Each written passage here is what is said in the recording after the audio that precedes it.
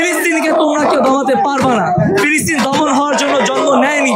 ফিলিস্তিন কেমন পর্যন্ত বলবৎ থাকবে। কথা, ইসরায়েল তুমি একটা অবৈধ রাষ্ট্র, তোমার পতন নিশ্চিত। এবং আমরা আজকে ঘোষণা করে দিচ্ছি, ইসরায়েলকে যতক্ষণ পর্যন্ত অবৈধ রাষ্ট্র ঘোষণা করে না হবে ততক্ষণ পর্যন্ত আমাদের আন্দোলন চলবে। ফিলিস্তিনের মুক্তি ছাড়া আমাদের কোনো মুক্তি নেই, আমাদের কোনো স্বাধীনতা নেই। আর চতুর্থ কথা, আপু আপনি যেটা বলেছেন যে অন্যান্য দেশ চুপ কেন, দেখুন অন্য কোনো দেশের নাগরিক তো চুপ না, তাদের রাষ্ট্রপ্রধান চুপ। তাদের রাষ্ট্রপ্রধান হচ্ছে তাদের ইমান বিক্রি করে দিয়েছে। গাদ্দারের সাথে আমাদের কোনো সম্পর্ক নেই। আমরা মানুষ হিসেবে, নাগরিক হিসেবে, প্রতিটা দেশের মুমিন বান্দা হিসেবে আমরা সবাই ফিলিস্তিনের পাশে। সর্বপ্রথম আমি একজন মুসলমান, আমি মুসলমান হয়ে আমার যে ভাইদের বিরুদ্ধে অন্যায় অবিচার হচ্ছে এটা আমি ঘরে বসে দেখতে পাচ্ছি না। এই জন্য আজকে আমার এখানে আসা।